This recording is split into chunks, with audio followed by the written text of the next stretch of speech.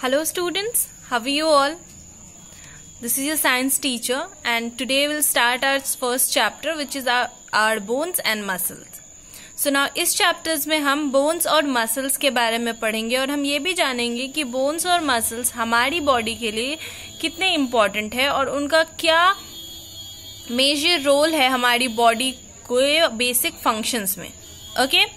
So इस chapter में हम पढ़ेंगे हमारे skeleton के बारे में, बोन्स के बारे में, जॉइंट्स के बारे में और हमारे मस्कुलर सिस्टम के बारे में भी.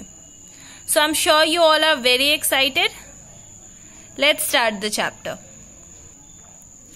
नाउ हमारी बॉडी में बहुत तरीके के डिफरेंट पार्ट्स हैं जिनको हम ऑर्गन्स बोलते हैं. इसके बारे में तो हम सभी को पता है, आप सभी ने पढ़ा है कि हमारी बॉडी के जो डिफरेंट पार्ट्स हैं उनको हम ऑर्गन्स बोलते हैं, है ना. तो ये जो ऑर्गन्स हैं जिनके हमारी बॉडी के डिफरेंट पार्ट्स हैं, ये अलग अलग डिफरेंट फंक्शंस को परफॉर्म करते हैं. फॉर एग्जांपल जैसे कि द हार्ट क्या करता है? It pumps the blood in the body, यानी कि हमारी बॉडी में ब्लड के फ्लो को कंट्रोल कौन करता है? हार्ट करता है. लंग्स का क्या वर्क है? लंग्स हमें ऑक्सीजन को प्रोवाइड करते हैं और हमारी बॉडी की जो कार्बन डाइऑक्साइड है उसको बाहर की एनवायरनमेंट में एक्सहेल करने में हमारी हेल्प करते हैं. ईयर्स हमें सुनने में हेल्प करती हैं. आईज हमें किसी भी चीज को देखने में हेल्प करते हैं. लेग्स हमारी हेल्प करते हैं टू वॉक. उसी तरह हमारा स्टमक हमारी फूड को डाइजेस्ट करने में हेल्प करता है. सो बेसिकली हर एक ऑर्गन जो है वो एक स्पेसिफिक फंक्शन परफॉर्म करता है और ये जो डिफरेंट ऑर्गन्स हैं हमारे बॉडी में वो कभी भी सिंगल अकेले वर्क नहीं कर सकते हैं. सारी बॉडी के डिफरेंट ऑर्गन्स को एक साथ काम करने की जरूरत है. ओके अगर एग्जाम्पल के तौर पे देखोगे तो stomach can not digest the food alone. अकेले स्टमक हमारा फूड डाइजेस्ट नहीं कर सकता है. There are a lot of organs which are involved in the digestion of food. For example teeth, salivary gland, food pipe, small and large intestines. So these are the different organs which are involved in digestion. Only stomach can't digest the food. And that is the reason why a group of organs which works together to make up our body is called body system. Okay? There are a lot of systems in our body. For example, circulatory system, respiratory system, skeleton system, muscular system, है ना. And जैसे कि circulatory system blood के supply और उसके को control करता है. रिस्पायरेटरी सिस्टम हमारी ब्रीदिंग को कंट्रोल करता है. स्केलेटन सिस्टम हमारी बॉडी के इसको स्ट्रक्चर देना और बॉडी के पोस्चर के मेंटेनेंस और हमारे डिफरेंट बॉडी के पार्ट्स के मूवमेंट में को कंट्रोल करता है. मस्कुलर सिस्टम बॉडी के ऊपर बोन्स के ऊपर मसल्स की लेयर को कंट्रोल करता है. उसके अलावा मस्कुलर सिस्टम हमारे बॉडी में जो बोन्स हैं उनके ऊपर एक ऐसी कवर बनाता है जिसकी वजह से वो प्रोटेक्टेड रहते हैं. मसल्स जो स्ट्रेच होते हैं वो इसलिए होते हैं ताकि बोन्स प्रोटेक्टेड रहे और मसल्स उनके प्रोटेक्शन में भी हेल्प करते हैं.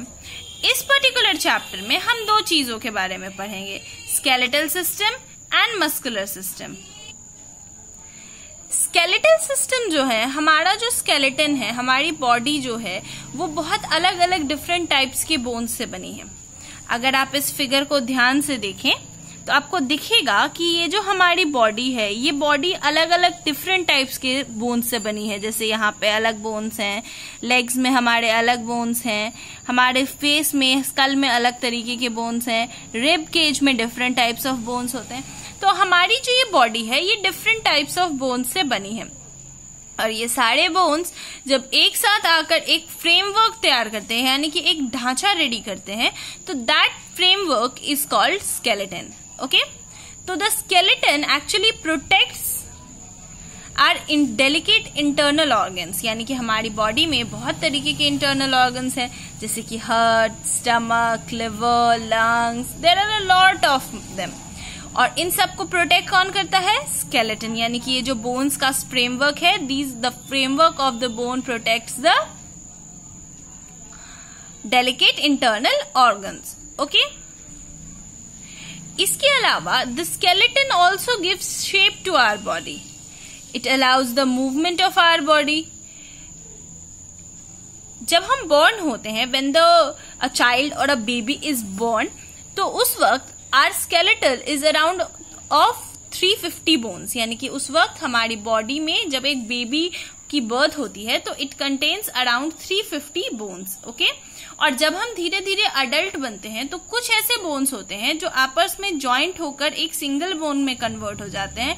एंड दैट्स वाई बोन्स की जो नंबर है वो डिक्रीज हो जाती है टू 206 बोन्स, जो कि बच्चों में कितनी थी?